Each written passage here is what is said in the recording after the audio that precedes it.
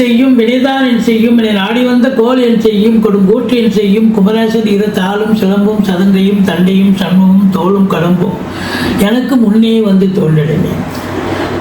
ஓம் அனுமந்தாய வித்மகே வாயுபுத்திராய தீமகே தந்தனோ மாருதி பிரச்சோதியா பட்டீஸ்வரம் ஸ்ரீ விஷ்ணு துர்க்கையே போற்றி. உலகெங்கிலும் வாழ்ந்து கொண்டிருக்கும் இந்நேயர்களுக்கு டாக்டர் சைதை ராஜாவின் அன்பான வணக்கங்கள். நாம் இப்பொழுது இந்த எபிசோட்ல விஸ்வாவச ஆண்டு தமிழ் மாதம் ஐப்பசி மாத ராசி பலன்களை பார்க்க போறோம். முதல்ல இந்த புது வசந்தம் நேயர்களுக்கு தீப்ஸ் அன்பர்கள் அனைவர்களுக்கும் தீபாவளி நல் வாழ்த்துக்களை தெரிவித்துக் கொள்கிறேன். 18/10/2025 முதல் 16/11/2025 வரைக்கும் மொத்தம் 30 நாள் ஐப்பசி மாதம். இதனுடைய பலன்கள், இந்த ஐப்பசி மாதத்து கிரகங்கள் ஒவ்வொரு ராசிக்கும் எப்பேற்பட்ட பலனை வழங்கப் போகிறது என்பதை பார்க்கலாம் வாங்க. இந்த மாதம் ஒரு முக்கியமான விஷயம் என்னன்னா, குரு கடகத்தில் உச்சமடைகிறார். சஞ்சாரம் சூப்பராக இருக்கு அப்படின்னு சொல்லணும். ஐப்பசி 4ஆம் தேதி சர்வ அமாவாசை திதி, ஐப்பசி 19 பௌர்ணமி திதி வருகிறதுங்க. அதை உங்களை பொறுத்தவரையிலையும் இந்த கிரகங்களுடைய நிலை ஒவ்வொரு ராசிக்கும் எப்பேற்பட்ட பலனை வழங்கப் போகிறது என்பதை பார்க்க போகிறோம். வாங்க ராசிக்குள் செல்லலாம். மகர ராசி அன்பர்களுக்கு வணக்கங்க. மகர ராசி கால புருஷனுக்கு 10வது ராசி. சனி பகவான் ஆட்சி பெறும் வீடு. இப்பொழுது சனி பகவான் 3ஆம் இடம் மீனத்தில் இருக்கிறார். வக்ரமாக இருந்தாலும் குரு பார்வையில் இருக்கிறார். சூப்பர். உபஜயஸ்தானத்தில் சனி பகவான் இருக்கிறதே ஒரு அற்புதங்க. எதை தொட்டாலும் உங்களுக்கு சக்சஸ் தான். தொழில் ரீதியா உத்தியோக ரீதியா அப்படி ஒரு நிலை பாருங்க. உங்களுக்கு 3க்கும் 12க்கும் ஆதிபத்தியம் பெற்ற குரு பகவான் 7ஆம் இடத்தில் உச்சம் பெற்று 11ஆம் இடத்தை பார்க்கிறார், ராசியை பார்க்கிறார், 3ஆம் இடம் என்று சொல்லக்கூடிய முயற்சி ஸ்தானத்தை பார்க்கிறார்.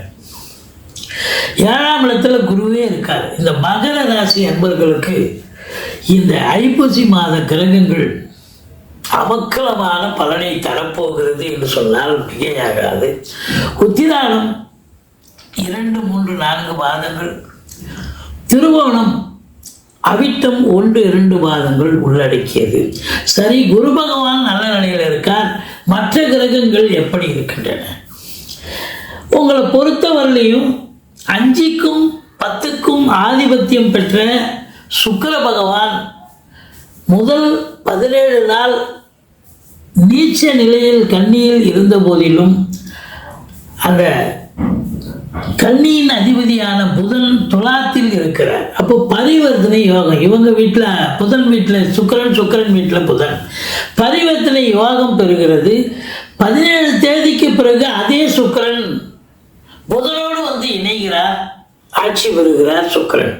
அப்போ 5க்கும் 10க்கும் ஆதிபத்தியம் பெற்ற சுக்கிரன் சூப்பராக இருக்கிறதால பிள்ளைகளுடைய வளர்ச்சி சிறப்பாக இருக்கும், அவங்க கல்வி மேன்மை சிறப்பாக இருக்கும், பூர்வீகத்திலிருந்து நல்ல தகவல் வரப்போகிறது, குலதெய்வத்தின் அனுகிரகம் 100% கிடைக்கப் போகிறது.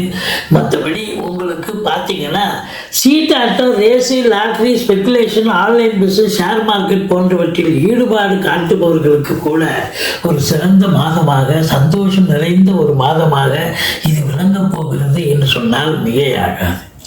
10ல் 10 ஆட்சி பீடத்தில் இருக்கிறார். என்ன அற்புதம் பாருங்க. அதில் உங்களுக்கு 9 புதனும் கடைசியில் இணைகிறார். அதனால தொழிலில் ஒரு பிரம்மாண்ட வளர்ச்சி நிச்சயமாக நீங்கள் பார்க்கலாம். நல்ல சம்பாத்தியம், இது நாள் வரைக்கும் இல்லாத ஒரு சம்பாத்தியத்தை நீங்கள் பார்க்க போகிறீர்கள். தொழிலை விரிவாக்கம் செய்து இன்னும் இன்வால்மெண்ட்டோட வேலை பார்த்து சூப்பரான ஒரு வாடிக்கையாளருடைய வருகை அதிகமாக இருக்கும், எண்ணிக்கை அதிகமாக இருந்து சம்பாத்தியம் என்பது சிறப்பாக அமையப்போகிறது. அது மட்டுமல்ல, சினிமா இண்டஸ்ட்ரி, தொலைக்காட்சி இண்டஸ்ட்ரியில் வேலை பார்க்கக்கூடிய ஆர்டிஸ்ட்ல இருந்து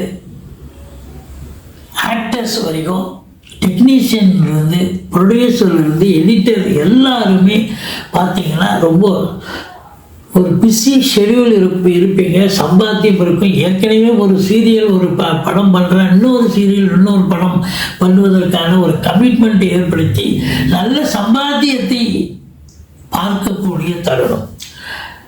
இன்சூரன்ஸு, ஃபைனான்ஸு, நிதி நிறுவனங்கள், மற்றபடி வங்கிகளில் பணிபுரியும் அன்பர்கள், இவங்க எல்லாருக்குமே கூட நல்ல ஒரு மன நிறைவை தரக்கூடிய ஒரு அற்புதமான ஒரு மாதம்.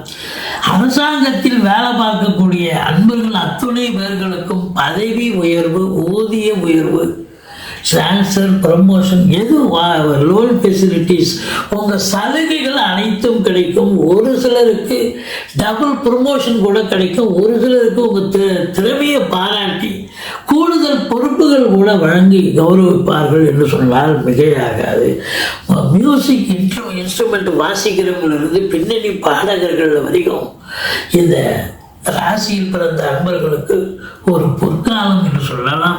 10ல் செவ்வாய் இருக்கிறார். காவல்துறை, தீயணைப்புத்துறை, மருத்துவத்துறை, இராணுவத்துறை, மின்சாரத்துறை, ரசாயனத்துறை, விவசாயம் சார்ந்த பிரிவில் பணியாற்றுபவர்கள், மற்றபடி உங்களுக்கு சொந்த தொழில் பண்ணக்கூடியவர்கள், புதனுடைய ஆதிக்கம் பார்த்தீங்கன்னா வழக்கறிஞர்கள், ஆசிரியர்கள், ஜோதிடர்கள், இவங்க எல்லாருக்குமே கூட ஒரு முத்தாய்ப்பான ஒரு மாதம். ஒரு ரெகக்னேஷன் கிடைக்கும், நல்ல ரெமுனரேஷனும் கிடைக்கும், ரெகக்னேஷனும் கிடைக்கக்கூடிய ஒரு அற்புதமான ஒரு மாதம் இது என்று சொன்னால் மிகையாகாது. அதையும் தாண்டி செவ்வாய் கடைசி 20 நாள் 11ஆம் இடத்து அதிபதி 11ல் அமர்ந்திருக்கிறார். சூப்பர். அப்போ மூத்த சகோதரர்களால் ஆதாயம் உண்டு. இந்த செங்கல், மணல், ஜல்லி, ஆழ்வாஸ் போன்ற பிரிவில் பணியாற்றுபவர்கள், ரியல் எஸ்டேட் பிரமுகர்கள், இவங்களுக்கும் ஒரு பொற்காலம் என்று சொல்லலாம்.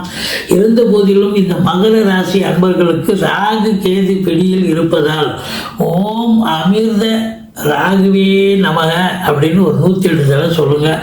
ஓம் அமிர்த கேதுவே நமக அப்படின்னு ஒரு 108 தடவை சொல்லுங்கள். ஏன் 1008 தடவை சொல்லலாம். இதெல்லாம் கவுண்டிங் பண்ணணும்னு அவசியம் இல்லை. நீங்கள் வாக்கிங் போகும்போது இல்லை அலுவலகத்தில் ஃப்ரீயாக இருக்கும்போது எப்போல்லாம் நீங்கள் ஒரு ஃப்ரீ டைம் கிடைக்குதோ அப்போல்லாம் நீங்கள் சொல்லிக்கிட்டே இருக்கலாங்க. இந்த ராகு கேது பொறுத்தவரையிலையும் 2ல் ராகு இருக்கிறதால நிறைய பிரச்சனைகள் வரும். குடும்பத்தில் பிரச்சனைகள் வரும். அதே நேரத்தில் உங்களுக்கு 8ஆம் இடத்திலேயே கேது இருக்கிறதால கொஞ்சம் அசிங்க அவமானங்களை சந்திப்பீர்கள். மற்றவர்களால் நீங்கள் போலீஸ் உங்களுக்காக நீங்கள் போலீஸ் ஸ்டேஷன் போட்டு அப்படி ரொம்ப வழக்குன்னு போகிறீங்களோ இல்லையோ, மற்றவங்களுக்காகவாவது போக வேண்டிய ஒரு நிர்பந்தம் ஏற்படும். அதனால் எச்சரிக்கையோடு இருங்க. மற்றபடி இளைய சகோதர சகோதரிகளால் நன்மைகள் ஏற்படும்.